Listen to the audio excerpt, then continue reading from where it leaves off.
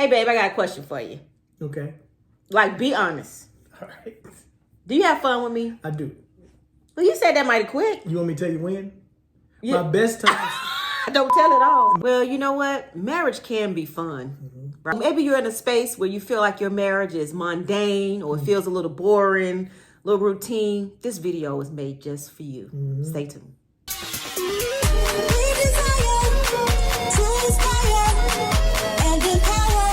Hey there, welcome back to our channel. We are super excited you are here. I'm Yolanda. I'm Billy.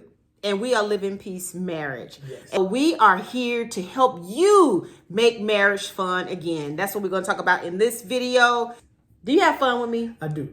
My best times with you are when we are by ourselves traveling.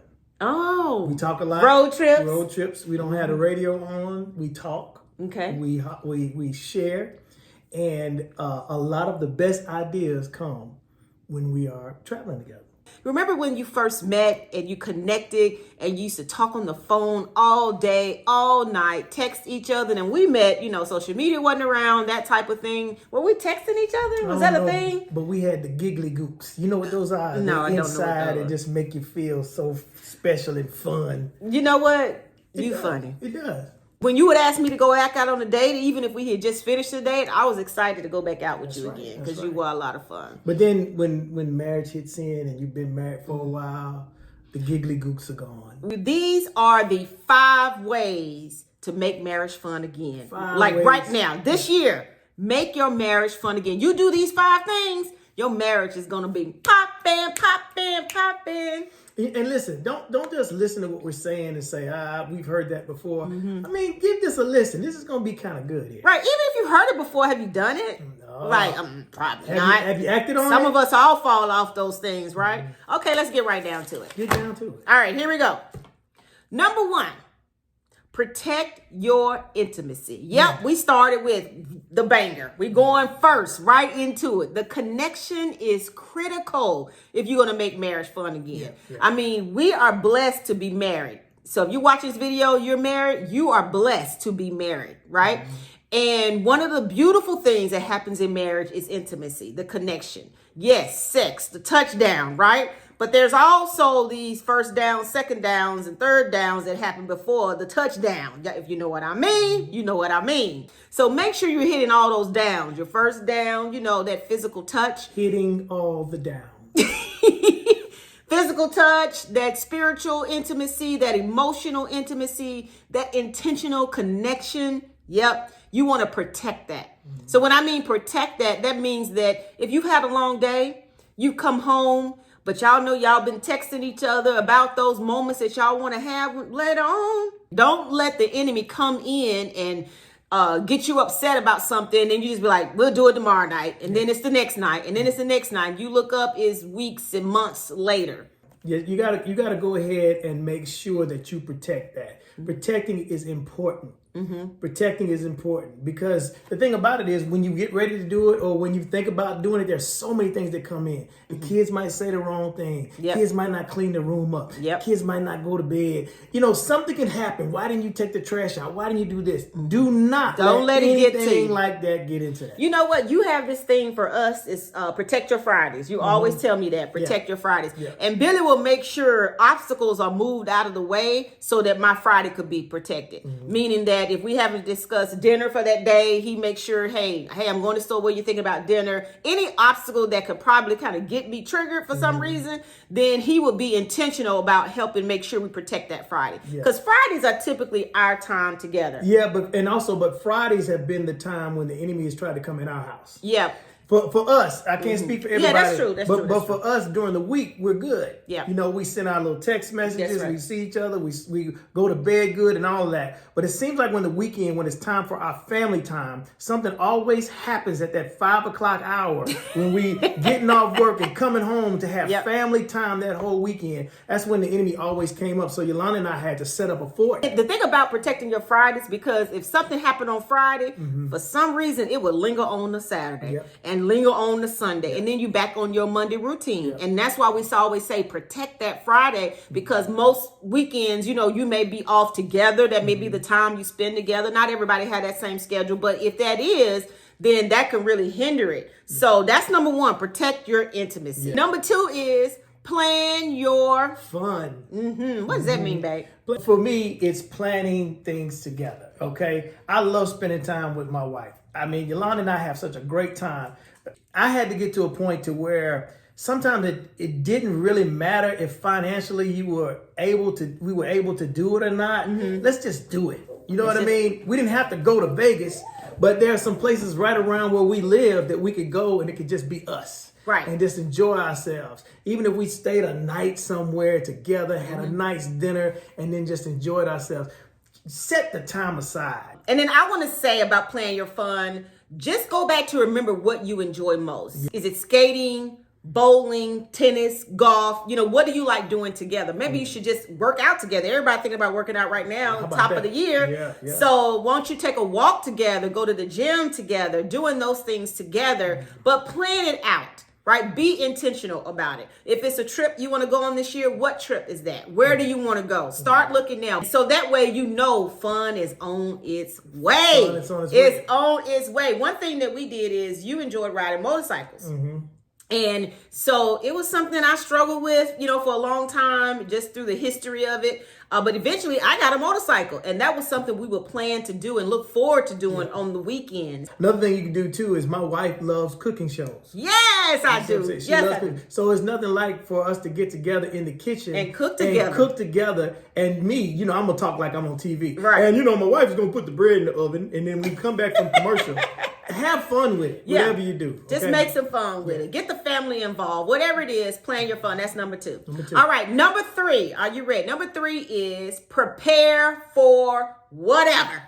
For guys like me, that means throwing routine out the window.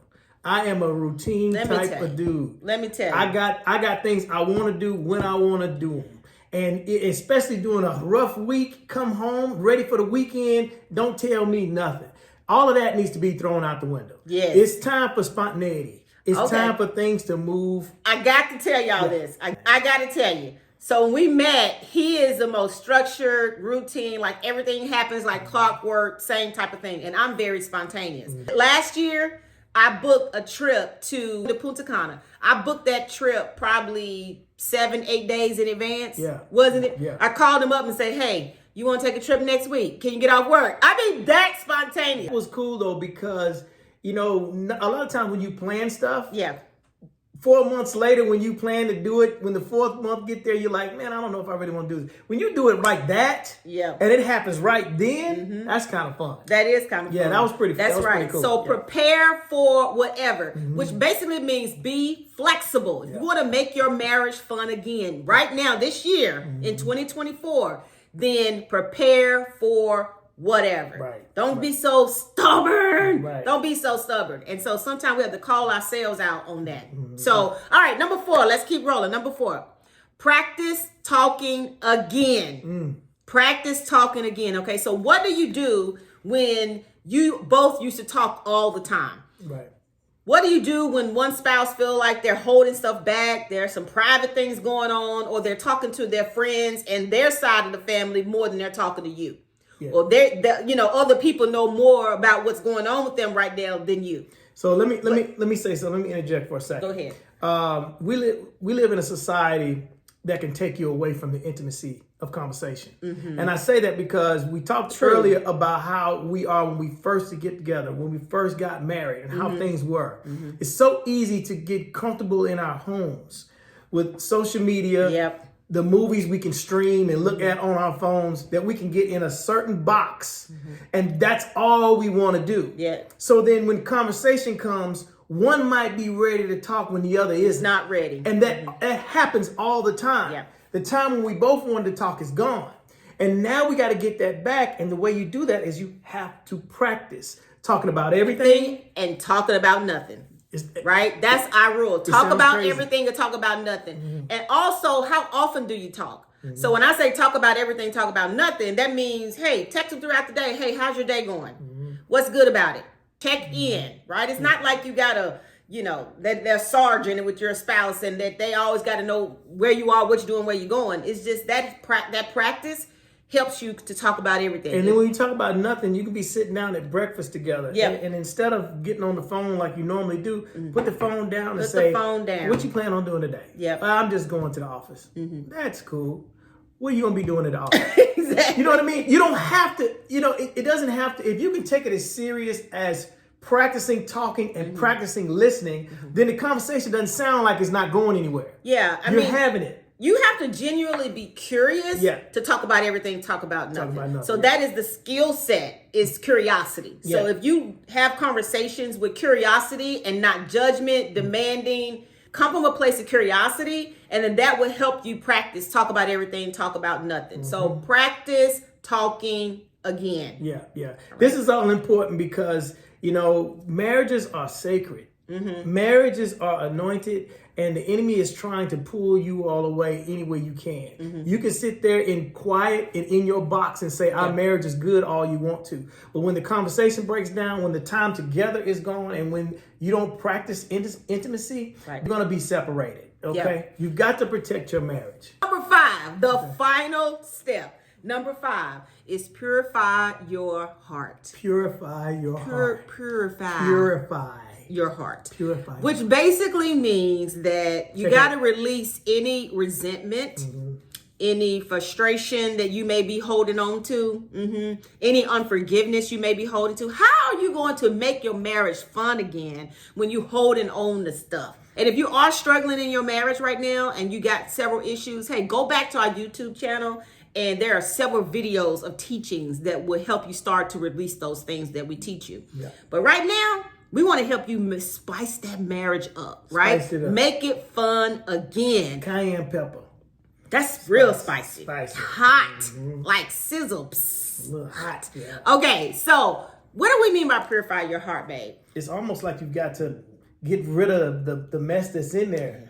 Clean it out. When I think about purify, I always think about fire. It's almost like you have to burn that thing up and purify it. Make it clean. We talk about the phoenix when it comes from the ashes. Yes. Because the way healing works is that you may have a memory of it, but now the memory of it is a testimony of how you feel about how you're stronger now. Right. Not something to hold on to. Absolutely. Okay. Absolutely. When I think about purify your heart too, especially this time of year, people are thinking about detox. You want to detox from things that release some of this stuff out of you that's in your heart. So I got a scripture. Of course I do. I have a scripture for you. It's found in Ephesians chapter 4, verses 2 and 3. This is from the NIV version. I'm going to read it, and it says, be completely humble and gentle, be patient, bearing with one another in love.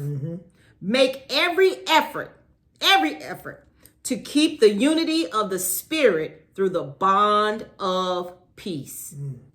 Let me say that last part again. Make every effort to keep the unity of the Spirit through the bond of peace. Basically, this means that keep the peace because that builds the bond of that unity. Well, how am I going to keep the peace if I'm holding on to something?